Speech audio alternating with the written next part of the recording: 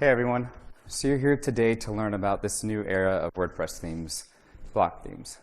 So when WordPress 5.0 landed and Gutenberg was introduced into the editor, the classic editor became something new. It became block themes. Lots of folks dove in, started building all sorts of interesting experiences within the editor. And blocks are seen as the foundation of this editing experience. I actually don't quite subscribe to that. I know blocks are cool and interesting. I built a handful myself, and I know many of you in the room have, but blocks are only micro experiences within the greater editing experience of WordPress. And you know what drives that? Themes do, in particular block themes in this new era.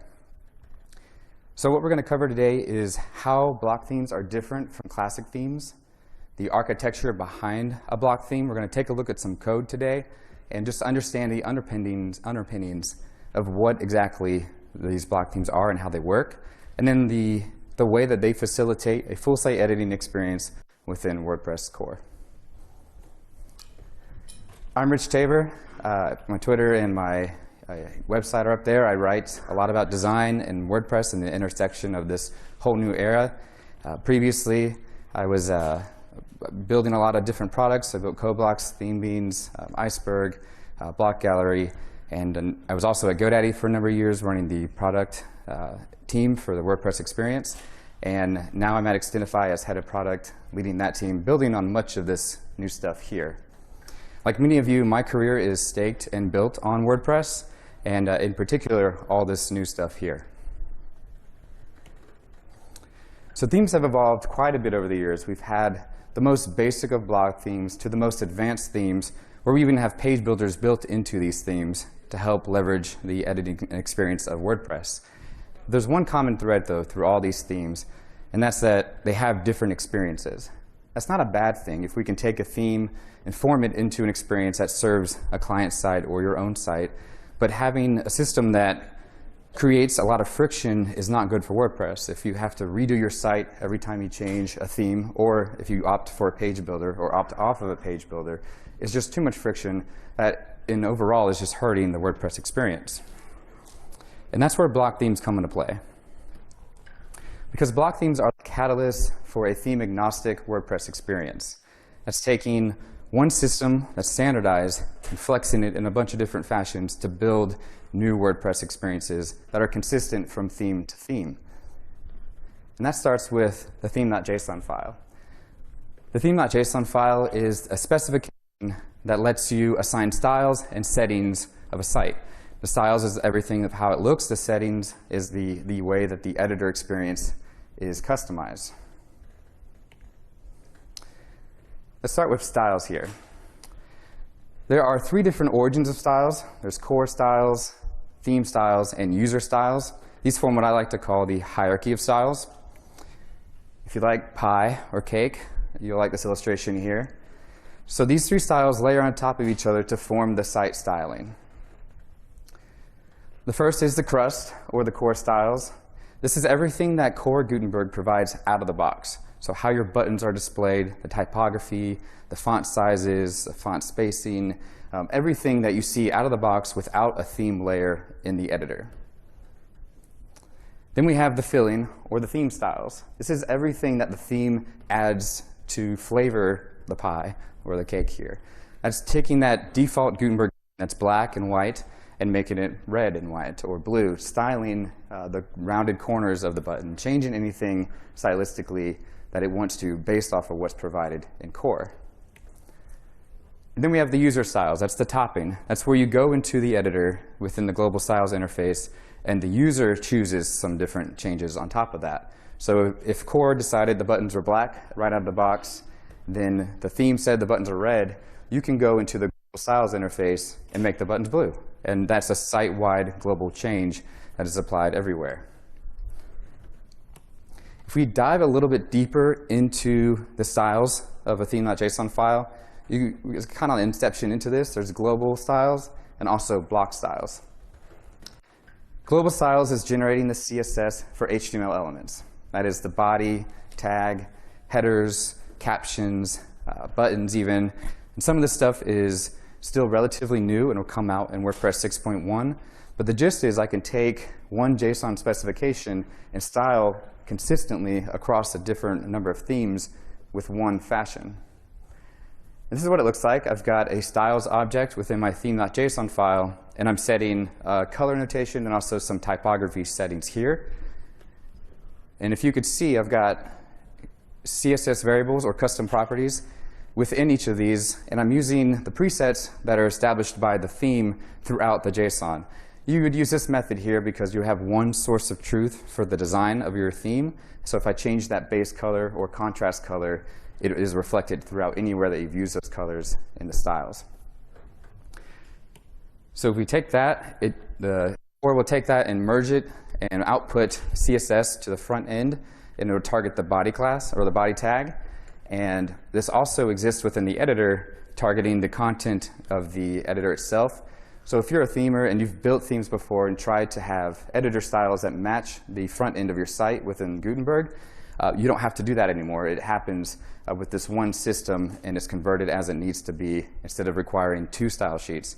And as you can see a little bit later, we're actually removing the need for any style sheets within a theme, a block theme, other than declaring the name of the theme and the slug. Elements work quite the same way. So within the styles object, I have elements, and I just declare each one individually. So I have a button element, so I'm using the color the same way I did previously, but now I'm adding another one here to take a look at. I'm assigning a border radius of 0 for the button style, and then I'm styling the H1 tag as with a large font size, again using the CSS properties generated by the theme. And this is the output of that. The H1 is simply just throwing an H1 on the styles here and adding the font size.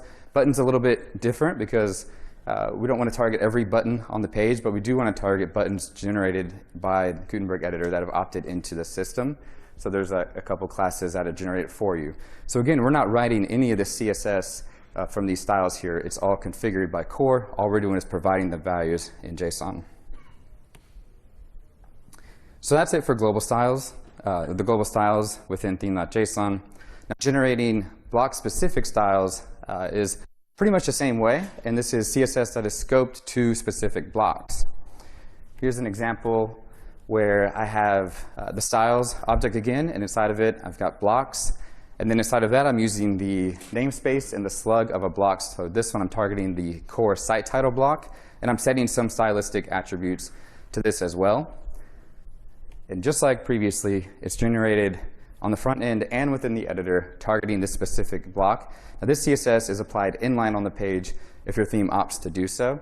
And that's probably the most forward-thinking way to do the block styles here. But the interesting thing about targeting specific blocks is instead of a theme being just different colors and different typography, different layout widths and whatnot, you can actually target specific blocks and make them more personal and more original to a theme. So if your site title was all caps or italic or bigger or smaller, you can do that sort of granular control design-wise. So that's it for styles within theme.json. Now there's this whole other side of things for settings. Settings of a theme.json file define stylistic presets, so like the colors and the font sizes that you use throughout the site, but also the editor experience. The editor experience is really interesting because you can take any controls, or not any controls, it's a number of controls today, but the goal is most controls can be either turned on or turned off, opted in or opted out by the theme to either tighten down the editor experience. So say you're handing off a site to a client and you want to tighten things up, you can do that now within theme.json, and it's also in one standardized fashion. And you can also take some of the, like the styles, for example, as you can apply specific styles to block, you can also do specific settings. So for the paragraph block, for example, if you don't want the drop cap option available within your client's editor experience, you set drop cap equals false, and it'll hide that control within the editor. Now there's a lot more flexibility that needs to happen on this front to continue moving towards the configuration layer of settings, but I do see a future where we have one system that can be as simple and as streamlined editor-wise, but also as flexible as we want building out the site-wise, all in one system. And it's also a system that's not locked down, so we could take the editor, perhaps it starts out really strict, really tightened up for your client, but as they grow with the site, maybe you unlock some of that feature set for them to continue editing with. Here's an example of settings, a couple settings here within theme.json. I have a color palette that I'm using here, and if you could see, I've got two options on line 6 and 7 where I'm turning off the default color palette and also the default gradients. It's another one of those editor configuration layers. So I'm turning off the, the red, yellow, green, purple, blue colors that you see right out of the box, so only your theme colors are available. And the same for gradients. You can turn off gradients that may not be appropriate for you or your client's website. There's a couple different settings showing up in WordPress 6.1 to be released later this year. The first is is fluid typography. It's very interesting. You set a min and a max value for your typography, and then the editor will calculate how that displays. And if the viewport is wide enough, it'll display at the max, and if it starts shrinking down, it'll slowly, gradually move down towards the smaller size. And then we have root padding, which sets the amount of space around the viewport and the content of your entire site. This is very interesting because if you're familiar with themes, and especially with moving towards editor styling and whatnot, you've had to figure out how wide and full width blocks are associated with padding of a site. And if you want to have controls for that, themes have notoriously had to add quite a bit of CSS to override and fix that. If you look at 2022, there's a whole glob that tries to solve this. Now Core's done it in a standardized fashion that will be released in 6.1, where we don't have to have any of that CSS. And if you set something to full width, it'll be full width. And if you set it to wide, it'll have appropriate padding on either sides. It seems like such a simple solution, but it's very complex behind the scenes to figure out a system that works across all themes. Then we have spacing presets. It's a very interesting one as well. So being able to define a scale or a ratio of space and have a consistent way to apply that either in margin or padding or even heights of certain blocks is very powerful. And this is coming in 6.1, and it's fairly easy to implement. You can do it with just a few lines within theme.json, or you can add your own spacing scale if you want to do your own custom sizes for that. So that's it for settings, but I would kind of group these other parts, the templates, the parts, and the patterns, in a template layer within settings. Now, templates are block-based groups of blocks that are styled and arranged within the full site editing experience. So think of editing, prior to full site editing is basically manipulating your post content of a page, and then it's rendered within your templates of a classic theme. What a template here does in a block theme is actually depicts where that post content is going to go. So you can choose to have different headers or footers or other blocks on the page within this experience here, and it's consumable within full site editing, so you can manipulate it around and actually change the way this template looks. In this example here, I've got the header template part at the top. I'm using the query loop block, and that just renders the loop as a block. And then way down below, you can't really see it, but there's a footer template part as well. This works for all of the classically tightened down parts of a block theme or of a classic theme, like the index.php files, all the archive views, searches, and whatnot. So the most interesting part about templates is the last point here, and that's that they can be overwritten by the user. So a theme will provide a block template out of the box declaring what the blog role or the index view would look like. If you go into the site editor, make changes like moving your featured image above the post title or adding an author to that view, and you hit save, that template is opted out of the theme's ownership. So when the theme updates, it's not going to reflect on your site. Your template is now yours at that point, which kind of almost starts negating the need for child themes, because we're having this system of, it's kind of like the system of hierarchy styles where it's now yours, so it's not going to be overwritten. And you can see, if you can look closely here, there's a bunch of different templates. I'm using the same template hierarchy within block themes as exists within classic themes. This is from the 2022 theme. And if we take a look at this page.html file, I've also had featured image block, post title block, spacer, post content, and both my template parts here as well. And the cool thing here, and you might have seen this before, but it's like understanding that all of these functionalities are abstracted from PHP now. Sure, it exists, but the block is referencing that instead. So it becomes something you can move around and you can manipulate either here within the template, but most likely within the full site editing experience. That's it for templates. So now let's move on to parts. So I showed you earlier with the header part at the top and the footer part. And these are parts of templates. They're registered within the theme.json file, and they're essentially synced across the site. So think of it almost like a reusable block with an extra bit of interface around it. And just like templates, you can edit a header, change the navigation, move the site logo somewhere else, and it becomes your header. It doesn't get overwritten by the theme part anymore.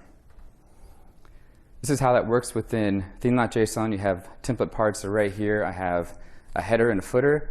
The key part here is the name, which has to match the file name within the parts directory of a block theme, and then the area, which defines the class of part this is. So I have header and footer here, and within the header.html file, it looks just like a block template. It's just a piece of UI that is synced again across all templates and reused. I'm using site logo, site title, social links, and I also have search on here. And that renders within the editor, the site editor, as the actual header template part. This is from my blog, richtaver.com. A cool thing about header parts and footer parts in particular is that you can replace them with other of the like kind. So if you set an area of header and you have alternate header variants within the theme, I can pick either of these, for example, within my theme, and it replaces the entire part across anywhere that part is used, in my case, on all the templates, to this new header here. So it's maybe 2 clicks to get to this UI to have a completely different header for your site. It's really powerful in coming up with, just think of component systems. There's only so many ways to do a header, maybe 50 ways if we really flexed it out. But if you had all of those capabilities built into one system, then you could use this right here to just replace it in a few clicks. So parts and patterns are similar, but patterns unlock a different level of editing that is abstracted from a part. So patterns are essentially predefined block layouts. They could be sections, they could be small, like 2 or 3 blocks even, but generally I would like to think of a pattern as a whole section of a page. And then we also have page patterns, which are designing an entire page of content that can be dropped in anywhere in the post content at one time. You can copy and paste them throughout your site from page to page, and also from the WordPress patterns directory. And this last bit here is, so the patterns directory gets a little confusing because there's a local patterns directory within your theme, just like parts and templates are, but there's also the actual patterns directory from WordPress.org.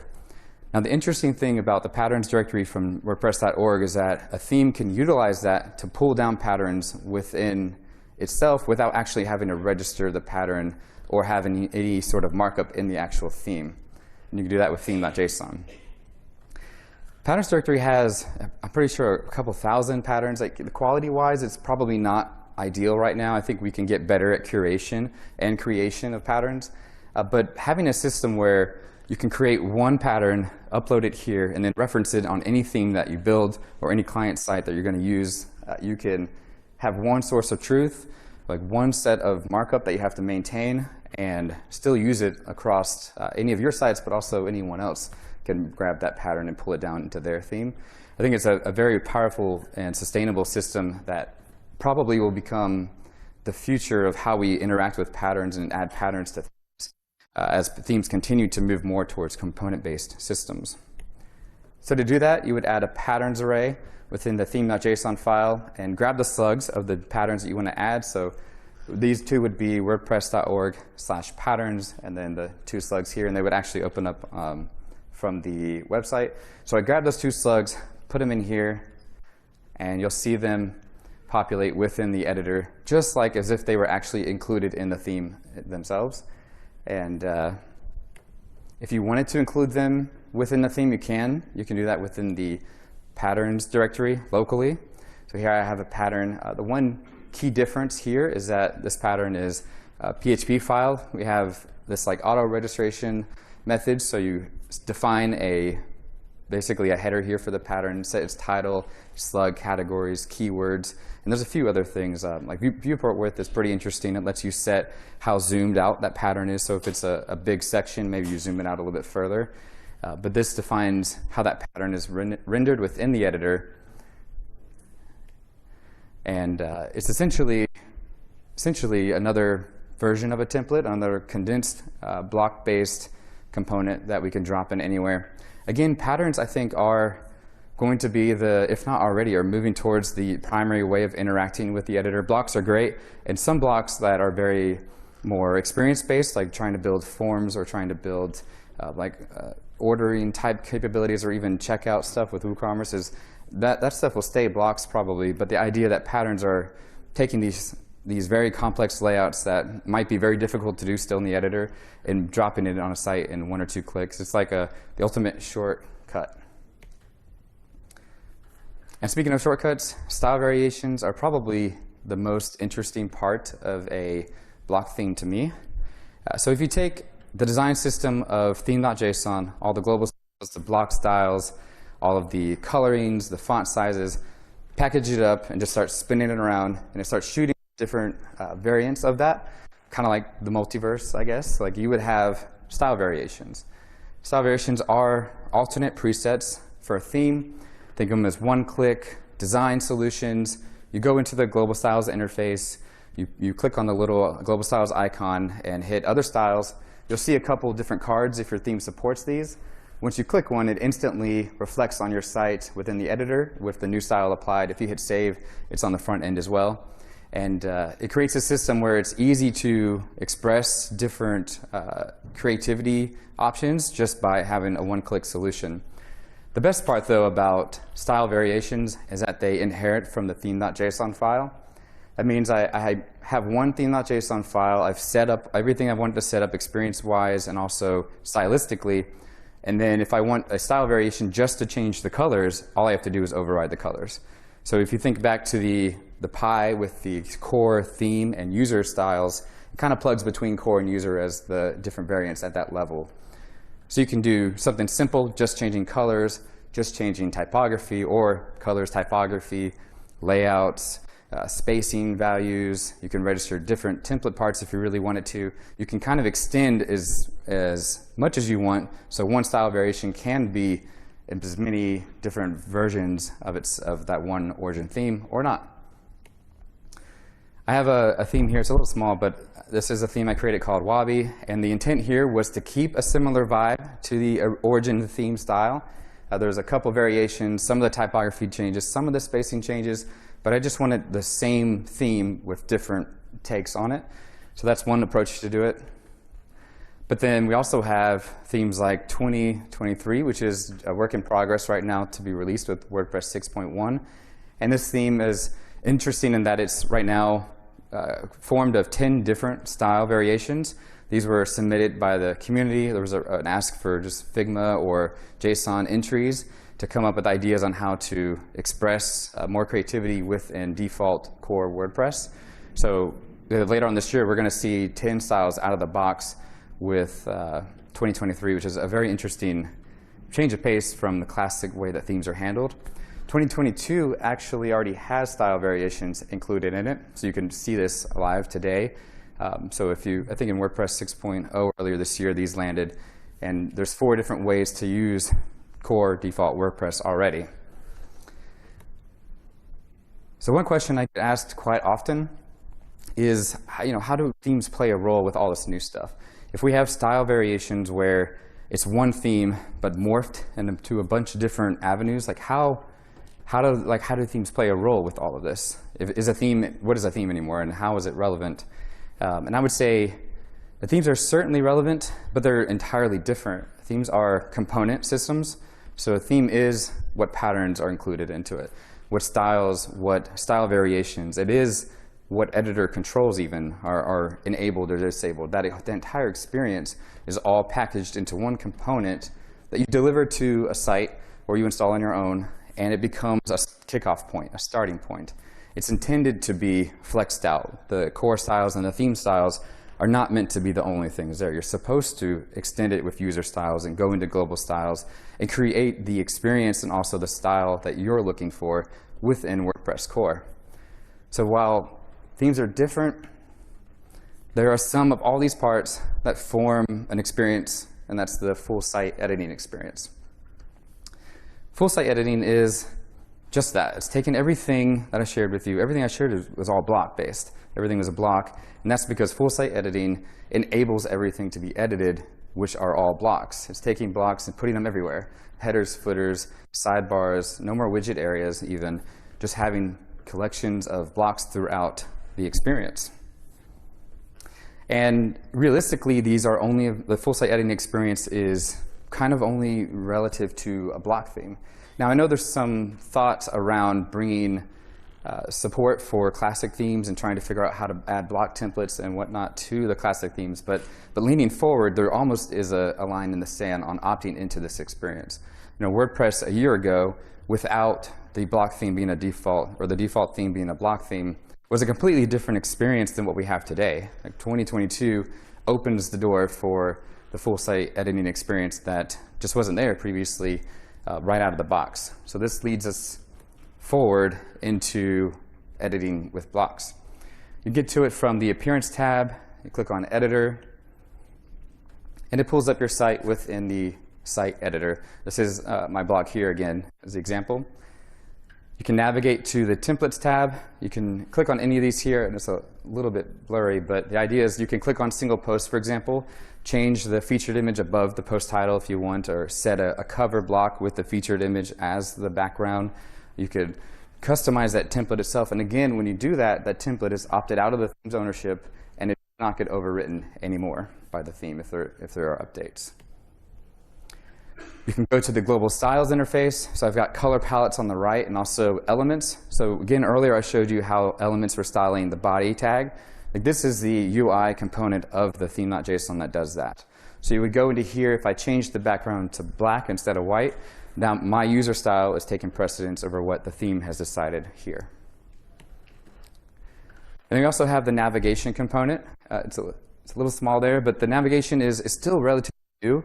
And we're still experimenting with figuring out how to best open up the idea of managing your navigation from the site editor. I know the block is it's tough to build that system. So we're trying out this sidebar approach with the navigation within this full site editing experience. Now, one thing that I know is a bit touchy is the idea that the customizer is almost not there. And that's because the site editor is meant to replace the customizer experience.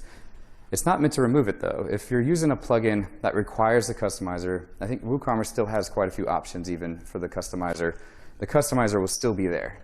It's a very valid part of WordPress, and I've built plenty of experiences off the customizer that a lot of folks still use today. But the full site editing experience and the site editor in general is meant to surpass what the customizer can do today. There's still a lot of need for flexibility in the site editor and trying to open up more capabilities for plugins to intercede into that experience. But the overall goal is to replace the customizer experience here. So I added a little extra here at the end. So all of these experiences, all these block stylings and settings and configurations for with the WordPress experience kind of open up this whole new avenue of theming with the site editor. And this is done with a relatively new plugin called Create Block Theme. Now, Create Block Theme lets you go into the site editor, make as many changes as you want, any of the stuff that I shared with the template editing or the style changes and whatnot, and then go into this currently very new or very beta type experience and export it as a brand new theme or as a child theme or as a clone of the theme. So here I'm going to activate this plugin here, Create Block Theme, that you can download today. Go to the site editor here and start making changes. So I took my same blog, I replaced the header with a different header. I did a style variation and applied it here, so it's the dark style variation. I have the color palette on the right. That's where I can go in and change and manipulate some of these colors. I have typography settings here where I could change the font size, font families, and manipulate all the type. And then also within the layout settings, I can set, again, the global padding values and set the wide width, the full width values of this theme. Then go back to create block themes admin, which is a temporary admin. I think eventually this will be within the full site editor experience. And then any of these options, I can export it as a new theme, create a child theme, clone it. I can even just create a style variation if I'd like. And this actually packages up your theme as a brand new theme. I think one day it would be interesting if, from not necessarily this admin view, but from an experience within WordPress, we can take your theme and actually send it to the WordPress themes directory from there, as it like send all my style configurations, all my templates and parts and patterns, and make it available for anyone to use. I see that as probably something we might lean into. So that's everything I know about block themes and theming. That's I know it's a big dump. I have a to write about on richtabor.com. I tweet a lot. I have my slides. I think I went out on Twitter a few minutes ago. So just feel free to chime in wherever you can find me, and I've got a few minutes for questions if we have any. Thank you.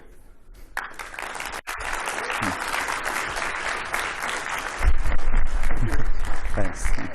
So do we have any questions in the audience? Do we have any questions? And by the way, if you haven't picked up your shirt for the event, make sure to grab it in the sponsor area against the right-hand wall. Also, Matt's presentation is tonight. All right. Hi. This is probably a question that's been debated very heatedly online, but I don't know because I haven't seen it. So I'm not saying this is like a gotcha or asking as a gotcha. But one of the great things about WordPress is that you can do anything with it, right? So I feel like full site editing has its place for certain use cases. But there are other use cases where it's more like you have a product inside of a company that has a very strong brand. Everything's designed very specifically, and you don't want to give that. Is the full site editing and block themes intended somewhere down the line to completely replace the classic theming in the future, or are they going to exist side by side the way they kind of do now? Yeah, I would say, it's just probably my thoughts are the classic themes will still run on the future of WordPress right now. I don't see that it becoming deprecated to the point where you can't run them. Just like the customizer, it's going to be there for a while. There's a lot. I don't know what a while means. Maybe forever. I don't know, because it is something that a lot of people rely on, and you can't tighten WordPress down to one experience. And block themes are meant to add some sort of configuration layer so that you can start putting it into a certain lane if you'd like to, like if you want to tighten it up for clients and whatnot. There's still a lot of work that goes into that, and it's not there today to do very, very tailored experiences around something like a high-level publisher would require. But I think it certainly would aim to get there. Okay, and we have an online question. Christina has it for you in the back of the room. I've got a question from Michael Cunningham. Do we have to further use that plugin to make changes to the theme? So you can make changes to the theme within the global styles and within the templates, within the site editor experience. And that plugin, all it does is export it as a new theme. So you would use it for now. I think eventually it'll be within the actual editor, though. It's just more of an experiment now. All right, we have another question in the back. Sorry.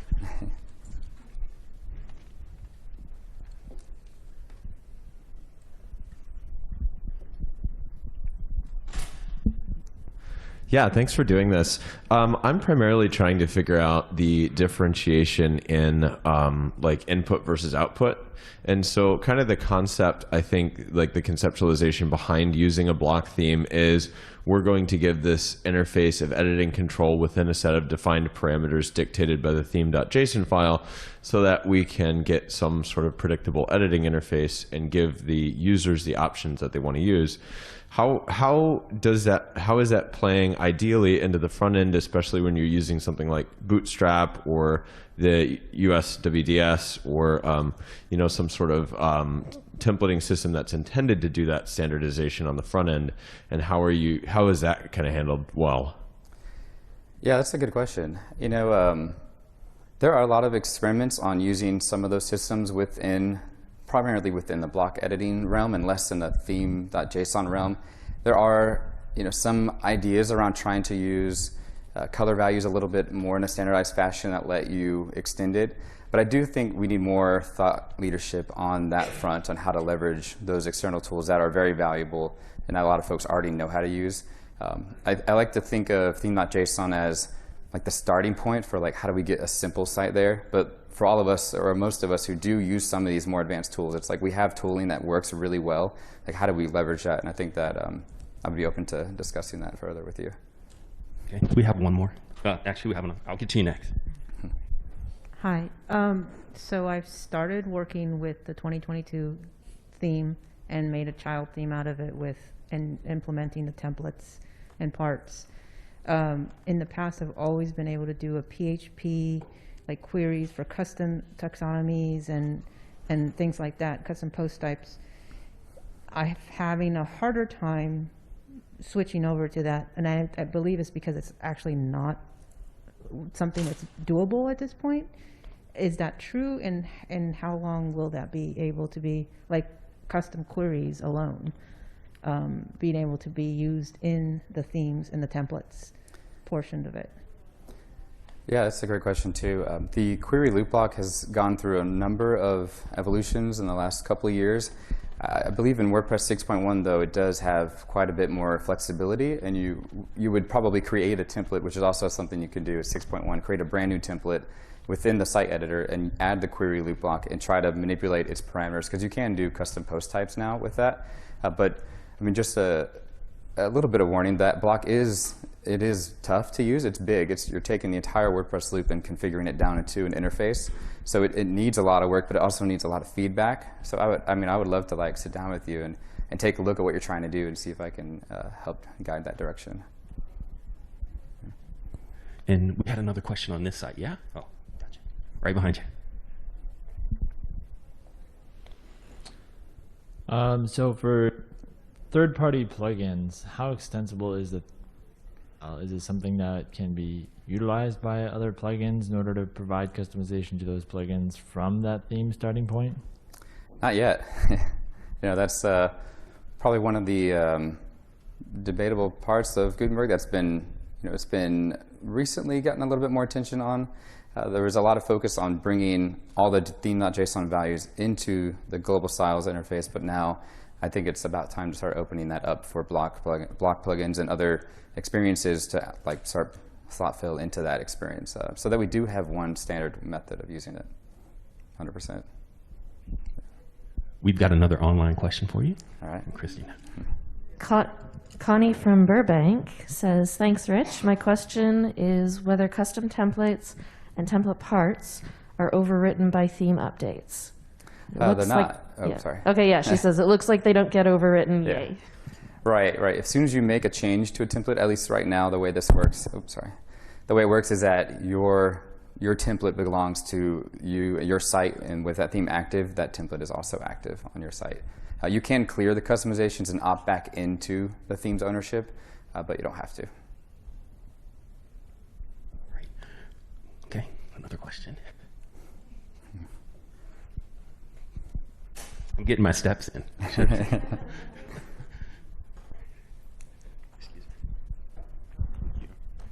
So if full site editing themes are kind of a combination of what options that Gutenberg or WordPress core lets us have, do you think there's a danger that full site editing themes won't be able to innovate in the same way that kind of classic themes did, where you can only say, if an option isn't exposed to me as a theme.json thing, it's not possible for me to do? Do you think that's a danger?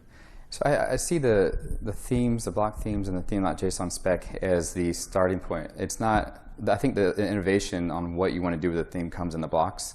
So if you're building really interesting, intricate blocks like for hotel reservations or event management, that would belong in a block, which is also a portable system that could be used across themes at that point. And if you figure it out, you can also use theme.json to style those blocks. So instead of having an out of the box experience where your form fields look rough, like you have a consistent method to ensure that however the theme.json file styles form fields and buttons, your stuff will adapt to other themes. I think it's a powerful medium to kick off from. Yeah. I just want to clarify, following up on the updates. So if updates don't overwrite, does that mean that there's no longer a need for child themes? That's debatable. I'm probably of the camp that there's a need. I think there's a need, especially with client sites and some of the ways that people are flexing in block themes in that direction. But generally speaking, probably not. Yeah. Great. Any other questions? And I know you talked a little bit about the drastic change in the full site editor from one year to another. What are you looking forward to, or what can you share with us that you're most excited about in a coming update or release? Yeah, so all the 6.1 stuff is great, but it's been taking its rounds and getting some improvements and feedback on. I think the most interesting aspect of the project is where we're going on the admin front. So we've been focusing a lot on the theming, the block editor, the site editor, but how does that kind of come together, one, and how does it pull into an admin interface that's much more modern, much more simple in a sense, and maybe we even can expose some of the type of configuration that we have within theme.json on the entire WordPress experience. Like maybe there's something there where we can tighten it down in one fashion or open it up in one fashion. Again, instead of having a bunch of different hacks to try to create experiences around. I think leaning into that front is very interesting and compelling for me. All right, last call for questions. All right.